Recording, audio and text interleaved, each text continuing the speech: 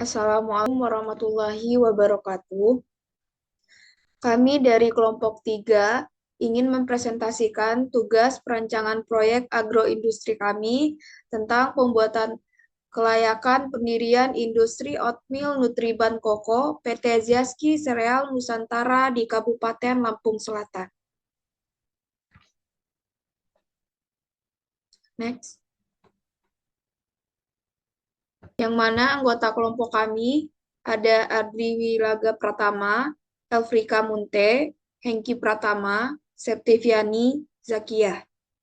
Next.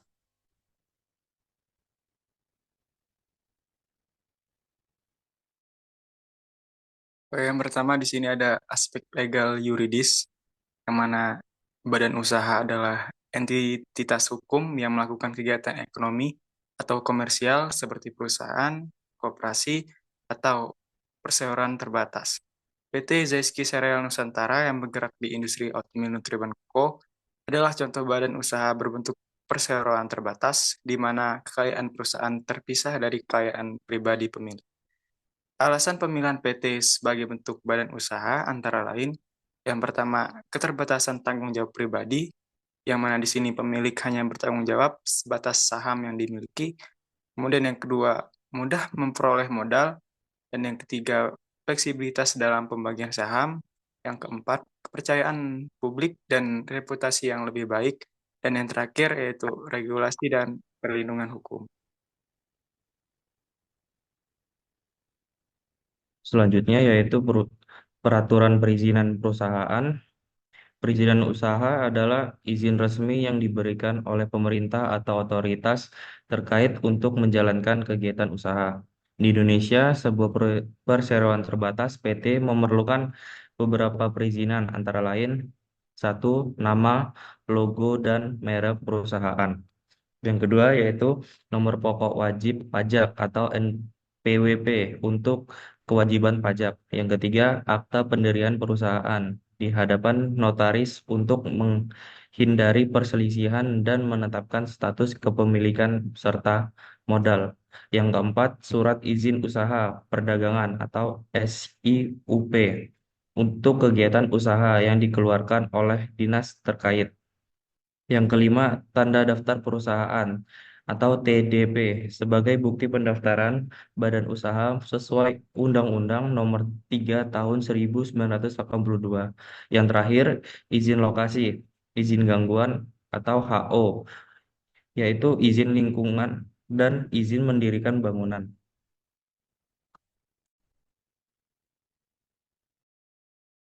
Selanjutnya yaitu pajak perusahaan.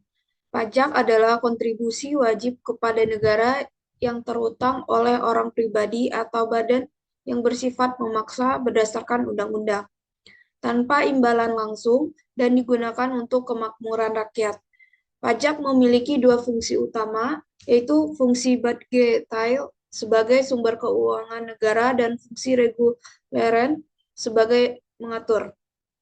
Menurut Undang-Undang Nomor 6 Tahun 1983, pajak adalah kontribusi wajib yang terutang kepada negara untuk keperluan kemakmuran rakyat.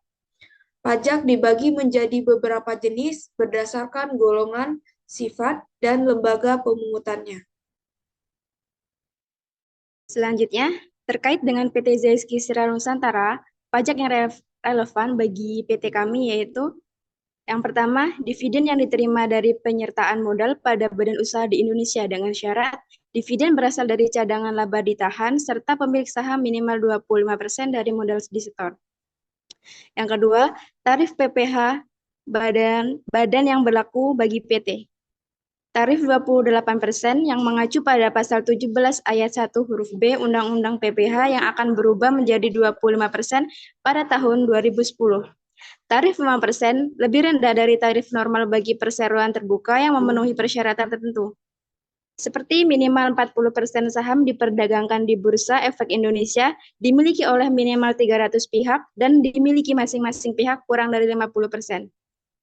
Serta fasilitas tarif 50% lebih rendah bagi wajib pajak dengan peredaran bruto hingga 50 miliar yang mengacu pada pasal 31E Undang-Undang PPh.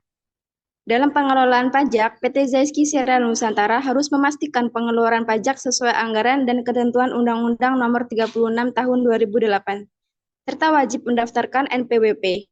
Jika ada perubahan dalam struktur kepemilikan atau pengurusan, PT Zaiski Serial Nusantara harus segera mengurus perubahan tersebut dan melaporkannya kepada kantor pajak.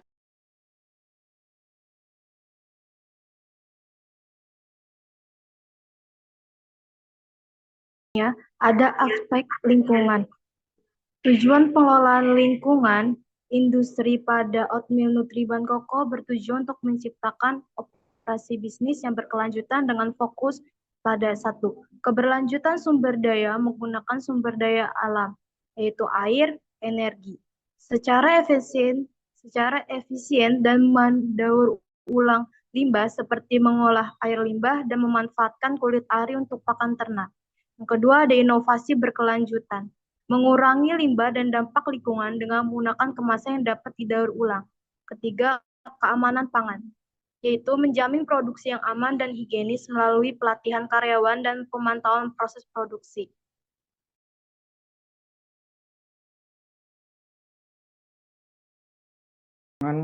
Dengan parameter lingkungan. Parameter lingkungan dalam industri oatmeal Nutriban Koko meliputi berbagai aspek yang perlu dipantau untuk menjaga keberlanjutan bisnis dan dampak positif terhadap lingkungan. Parameter limbah cair yang perlu diperhatikan antara lain BOD, COD, TSS, pH, dan suhu yang diuji sebelum dibuang ke lingkungan. Suhu air sungai dipengaruhi oleh intensitas cahaya matahari, musim, dan zona waktu. Semakin kuat matahari, sinar matahari semakin tinggi suhu air. Kemudian sumber pencemaran lingkungan.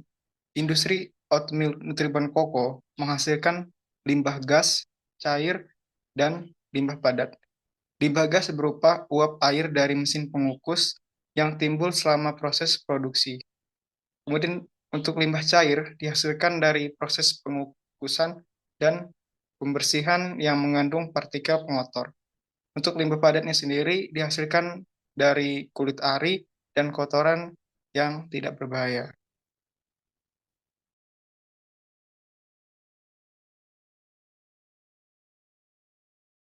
Baik, selanjutnya yaitu pengelolaan lingkungan. Yang pertama yaitu penanganan limbah. Industri oatmeal Nutriban Koko menghindari polusi dengan menerapkan instalasi pengolahan limbah atau IPOL.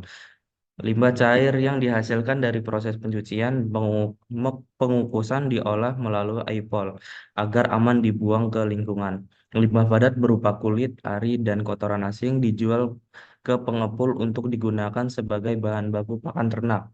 Limbah gas ditangani dengan meminimalkan emisi buangan dan melakukan pengecekan uji emisi gas secara berkala sehingga pabrik tidak melampaui baku mutu yang berlaku.